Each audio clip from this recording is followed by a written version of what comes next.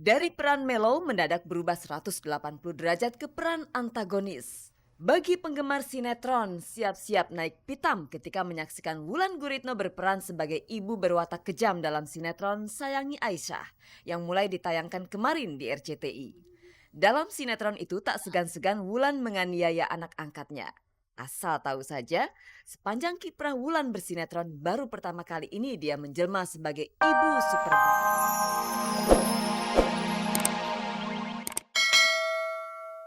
Halo Mirsa, selamat pagi dan apa kabar Anda? Senang sekali saya Nadia Mulya kembali menjumpai Anda tentunya di Ghospot. Gosip terdepan seputar orang ternama.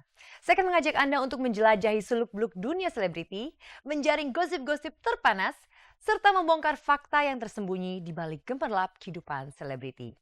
Dan pemirsa Anda jangan sampai ketinggalan kuis SMS GoSpot dengan hadiah 3 juta rupiah untuk 3 orang pemenang. Caranya gampang sekali. Jawablah pertanyaan di penghujung acara nanti dengan menjawab GS spasi jawaban A atau jawaban B dan kirimkanlah melalui SMS ke nomor 6288. Dan pemirsa bersama GoSpot Anda tidak perlu was-was ketinggalan berita. Dan inilah sajian informasi segar bagi Anda yang memang haus akan berita dari dunia selebriti. Wulan Guritno mendadak temperamental ketika memerankan ibu yang kejam dalam sinetron Sayangi Aisyah. Lembar kelam kehidupan Ustadz Jeffrey Al-Bukhari semasa berpacaran dengan Pipik. Ratih Sang menggelar ajang pemilihan model muslimah 2005. Bagaimana hasil sidang gugatan cerai Darwis atas Citra? Resepsi pernikahan Dewi Persik dan Syaiful Jamil telah berlangsung di Jember.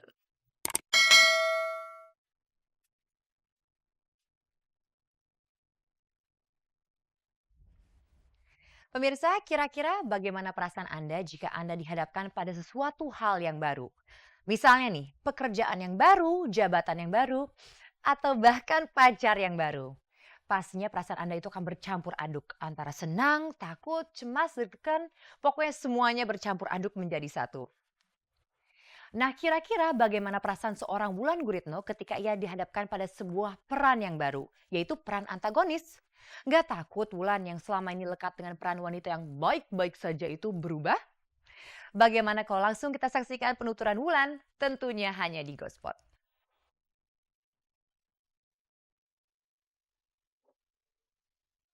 Dari peran Melo mendadak berubah 180 derajat ke peran antagonis. Bagi penggemar sinetron, siap-siap naik pitam ketika menyaksikan Wulan Guritno berperan sebagai ibu berwatak kejam dalam sinetron Sayangi Aisyah yang mulai ditayangkan kemarin di RCTI.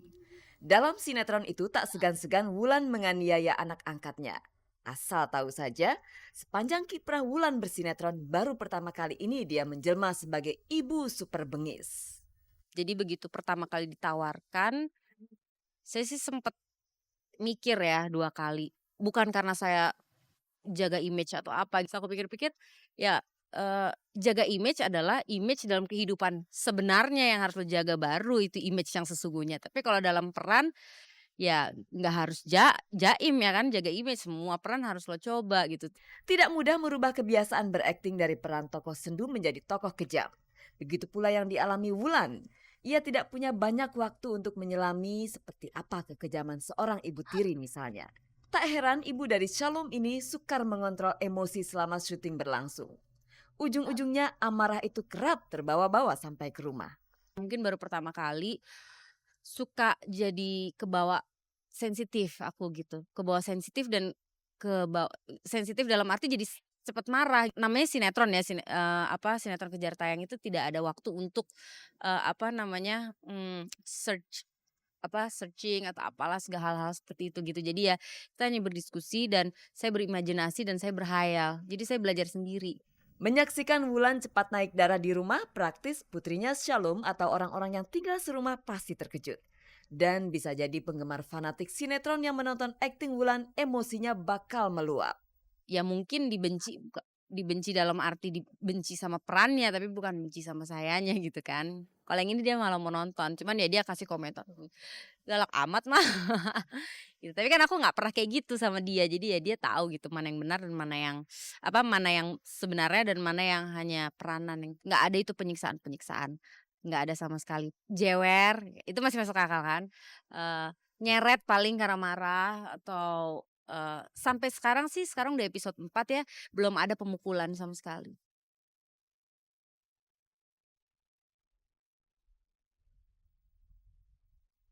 Berani mencoba hal-hal yang baru berarti berani untuk hidup.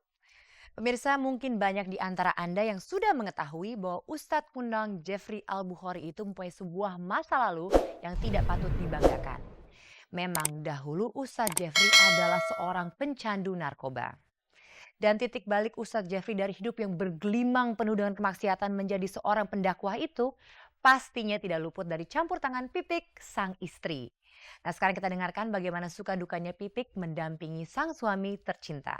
Tentunya hanya di Gospot.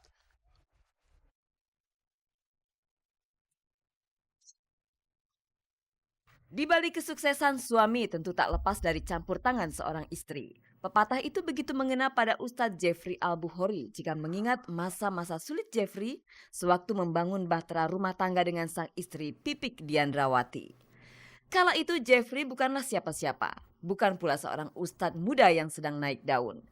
Ia hanyalah seorang pecandu narkoba yang berusaha keluar dari lingkaran maksiat. Disitulah peran Pipik muncul. Pipik yang merasakan getar asmara sejak pertama kali melihat Jeffrey selalu berada di sisi sang suami membantunya tersadar dari pengaruh barang haram. Pipik pun menceritakan saat awal ia mengenal sosok Jeffrey. Layaknya kejadian itu baru terjadi kemarin. Saya ketemu Ustadz itu di Menteng, pertama kali saya ketemu. Beliau lagi makan nasi goreng tahun 98 kayaknya, 97 98 gitu. Dia lagi makan nasi goreng sama temannya, itu dengan tampilannya yang kucel, rambut gondrong, celana jean belel gitu kan, sobek-sobek gitu. Dan itu saya sama Gugun gondrong waktu itu di mobil. Terus saya mau turun, saya nggak boleh. Kenalin dong Mas Gugun, dia kan yang main sinetron ini, pikiran saya gitu kan, yang lagi kerinduan dulu. Nah, jangan dia bahaya buat kamu, jangan. Ya udah, saya lihatnya cuma di mobil aja. Saat itu Pipik belum menyadari bahwa Jeffrey adalah seorang jangkis. Dia tuh yang aduh cuek banget deh. Duduk nonton juga cuek aja dia nonton. Tapi saya nggak tahu kalau di situ dia, karena saya tidak tahu dia pecandu sih ya waktu itu. Jadi saya tidak tahu perasaan dia sebenarnya waktu nonton sama saya itu. Ternyata setelah menikah gitu, setelah dekat sekali, bahwa dia cerita bahwa kalau lagi pas nonton kemarin itu dia seperti ngalami apa sih, paranoid. Jadi dia nonton terus, tapi perasaan dia, halusinasinya tuh kayak seperti banyak orang yang mau bunuh dia, mau itu gitu. Dari pemuda berandal menjadi seorang juru dakwah. Disitulah kekuasaan Allah diperlihatkan. Allah menjamah Jeffrey dan memberinya hidayah. Awal gue mulai mendapatkan hidayah ketika dibawa umroh. Pergi umroh ke Madinah, sholat Jumat. Setelah sholat Jumat diajak ke Raudhah. Raudhah itu salah satu tempat ma baina baiti wa mimbari raudhah min jannah, antara rumahku dan mimbarku adalah taman-taman surga. Duduk di situ, ayo suruh baca doa. Kita kan lagi error di sini. Ngomong apa, membaca doa apa, bingung kan?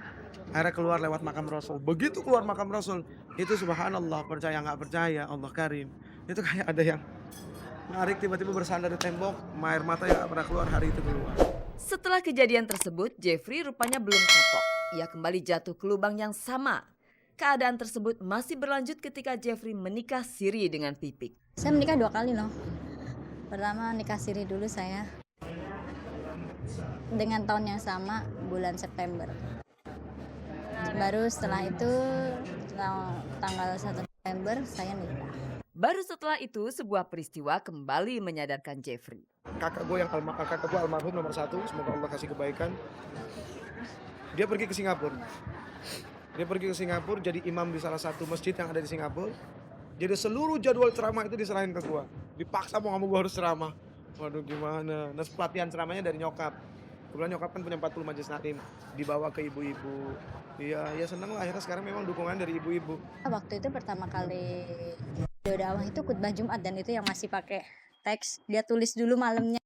Saya yang nulis, dia yang ngomong kan, tulis, dibaca gitu. Dan itu pertama kali beliau dakwah, terus pulang-pulang dia manggil saya, memberikan amplop gitu hasil dia ceramah yang itu isinya masih 35.000, dan itu di situ nangis gitu. Dia bilang ini rezeki halal yang saya kasih istri saya. Biasa sekali. Ratih Sanggarwati untuk mengenakan jilbab itu terpancar dan menginspirasikannya ketika Ratih mengadakan sebuah kontes pencarian model muslimah yang bertaraf internasional. Maksud saya bertaraf nasional.